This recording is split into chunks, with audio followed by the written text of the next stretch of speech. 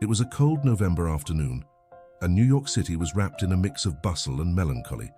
The biting breeze seemed to cut straight through the layers of clothing worn by passers-by. Between the illuminated storefronts of Fifth Avenue and the reflection of lights on the towering buildings, Donald Trump was walking slowly. Something unusual for someone like him. Wearing an impeccable suit, a long coat and his signature red tie, he had decided to take in the rhythm of the city instead of stepping into his limousine. At the corner of an old building in front of a luxury clothing store, something made him stop. He saw a woman sitting on the ground, her back against the cold stone wall. She was holding a piece of cardboard with trembling letters written on it, "Veteran in need. Please help." Trump's eyes, accustomed to business and numbers, locked onto the figure before him. Her weary expression, worn-out clothes and trembling hands made him pause. Without a second thought, he approached her. "Excuse me, what's your name?" he asked, his deep voice softer than usual. The woman looked up, surprised and confused. It was clear she hadn't expected anyone, let alone him, to speak to her. "My name's Rachel. Rachel Carter," she replied hesitantly. "I served in the army, but, well, life took some turns I couldn't keep up with." Rachel began to share her story. After a decade in the army, a severe injury forced her out of service. Returning home was marked by struggles to readjust. Without support, insufficient resources, and battling traumas that refused to fade, she had ended up on the streets. Trump listened in silence, his expression growing increasingly serious. Despite being known for his resolute demeanor, there was something about Rachel's honesty that deeply moved him. "You gave so much for this country. It's not right that you're in this situation." He took out his phone and quickly dialed. "Vanessa, I need your help with something important." While they waited, Trump went to a nearby food truck and bought a hot meal for Rachel. When he returned, he handed her the package and sat beside her, ignoring the curious looks from passers-by. "You know, Rachel, you remind me of what it really means to serve. The city can be fast, indifferent, but you won't be forgotten today." Rachel, her hands still trembling, held the warm coffee cup and looked at him with tears in her eyes. It wasn't just the gesture. It was the genuine attention from someone who seemed to live in a world so far from hers. A few minutes later, a black SUV pulled up to the curb. Trump's assistant, Vanessa Green, stepped out of the car and approached. "I've arranged for a room at a nearby hotel. I've also called a doctor to check on her as you requested." Trump helped Rachel to her feet, and together they got into the car. The warmth inside felt almost unreal after the cold outside. She remained silent during the short drive, processing what was happening. At the hotel, Rachel was welcomed as a special guest. The concierge treated her with respect, something she hadn't felt in a long time. A hot shower, clean clothes, and a decent meal felt like small miracles in her life. When the doctor arrived, he assessed her condition and prescribed medication. Vanessa, ever efficient, had already contacted an organization specializing in helping homeless veterans, called Heroes United. "Rachel, I know someone who can offer more help than this," Vanessa said, wrapping up a phone call. "They provide housing, psychological support, and job training." Trump, who had been observing from a distance, stepped closer. "Rachel, we're going to fix this. Tonight is just the beginning." She couldn't hold back her tears. For a moment, it seemed impossible to believe that someone like him could care so much about someone like her. The next morning, the first light of dawn streamed through the hotel's large windows. Rachel woke up, slightly disoriented, as if it had all been a dream. The smell of clean sheets and the sight of a luxurious room contrasted sharply with the biting cold of the street she was used to. A soft knock at the door brought her back to reality. It was Vanessa, holding a bag filled with new, comfortable clothes. "Good morning, Rachel. I hope you slept well. I brought you a few things, and later, we have a meeting with someone very special." Still trying to comprehend how much her life had changed in such a short time, Rachel nodded and thanked her. She felt grateful, but also a little uneasy. Having fought so hard alone, allowing herself to accept help was a completely new experience. Meanwhile, in another room of the hotel, Donald Trump was discussing the next steps with Vanessa and Michael Hayes, a representative from Heroes United. Michael had arrived early, ready to explain how they could create lasting change in Rachel's life. "Our priority is to get you off the streets permanently," Michael explained. "We can provide temporary housing while we work on a comprehensive reintegration plan. We'll assist you with psychological therapy, professional training, and re-entering the job market." Trump listened attentively, nodding in approval. After a brief pause, he said, "I want her to have a real home, not just a temporary place. Take care of this and send me the initial costs. Don't spare any expense. She deserves this chance. Vanessa looked at him amazed. Though she knew her boss was demanding and sometimes impulsive, moments like this revealed an unexpected generosity. Shortly after, Rachel was called to join them. When she entered the room, she found Michael sitting next to Trump, both waiting for her with welcoming expressions. "Rachel, this is Michael Hayes. He leads an organization that helps veterans like you," Trump explained. "They will work to ensure you have a fresh start." Michael smiled and extended his hand. "It's a pleasure to meet you, Rachel. I want you to know you're not alone. We'll take care of everything: housing, healthcare, and even training you for a new career." Rachel looked at him in disbelief, then turned to Trump. Her voice came out as almost a whisper. "I don't know how to thank you." Trump responded with a rare but sincere smile. "You don't need to thank me, Rachel. Just remember one thing. Someday when you're in a position to help someone, do it. Pay it forward." Later that day, Rachel was taken to a small temporary apartment provided by Heroes United. Although modest, it was clean, warm, and most importantly, safe. To her, it felt like a palace compared to the cold streets of New York. Vanessa, who had accompanied her to the place, stood by her side as she explored the space.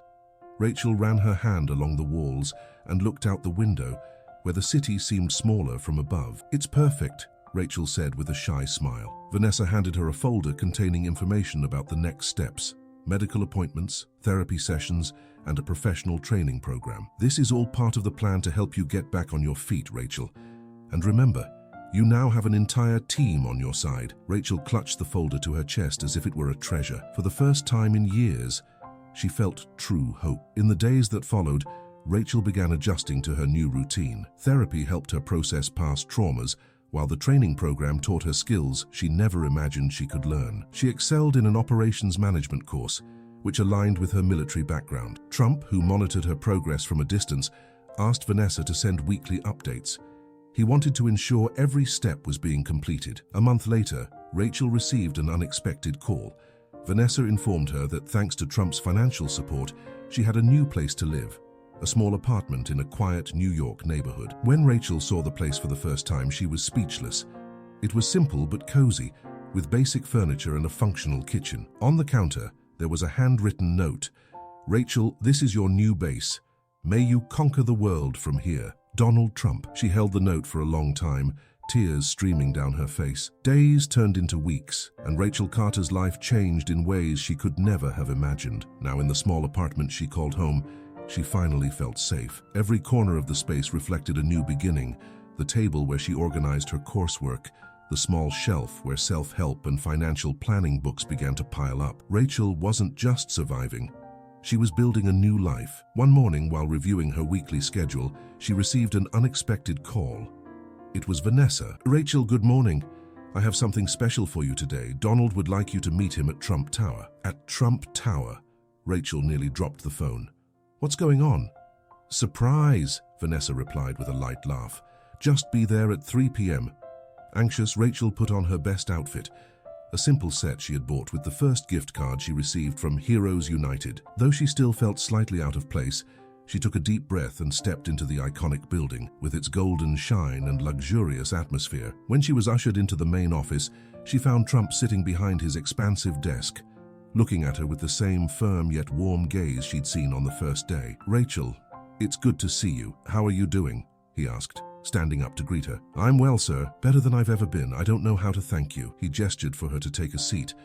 "Don't worry about thanking me, but today isn't just about you. I want to share an idea." Rachel leaned forward slightly, intrigued. Trump opened a folder on his desk and turned its contents toward her.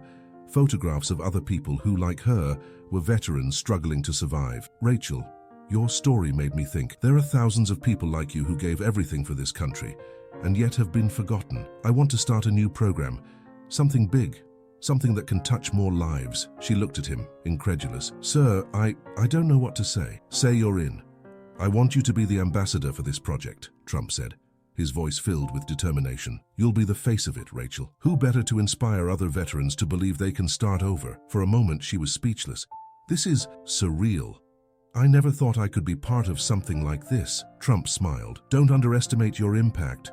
You're living proof that no one is lost as long as they get the right chance." In the days that followed, Rachel began working with Trump's team and the organization Heroes United to develop the new program. Called A New Chance, Its primary goal was to provide housing, psychological support, and job training for vulnerable veterans. Rachel attended meetings, gave interviews, and even recorded a promotional video where she shared her story with honesty and emotion. Gradually, she began to feel something she thought she had lost forever: purpose. One day, while reviewing a list of veterans who would be the first to receive support from the program, Vanessa entered the room with a smile. "Rachel, I think you'll want to see this." She handed her a tablet with a video recorded by one of the veterans who had just received help. In the video, a man named John, a former Marine, thanked her with deep emotion for the new home he had just received. "You saved my life. Rachel, your story gave me the strength to believe I could start over too." "Thank you." Rachel held the tablet tightly, feeling warm tears streaming down her face.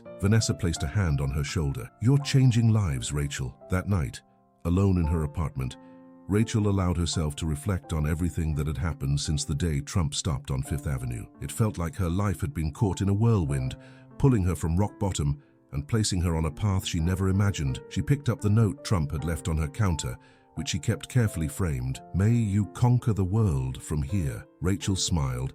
She finally believed she could do it. Weeks turned into months, and the A New Chance program began to gain traction across the country. Rachel, who had initially hesitated to be in the spotlight, was now the leading voice behind the initiative. Her face appeared in ad campaigns.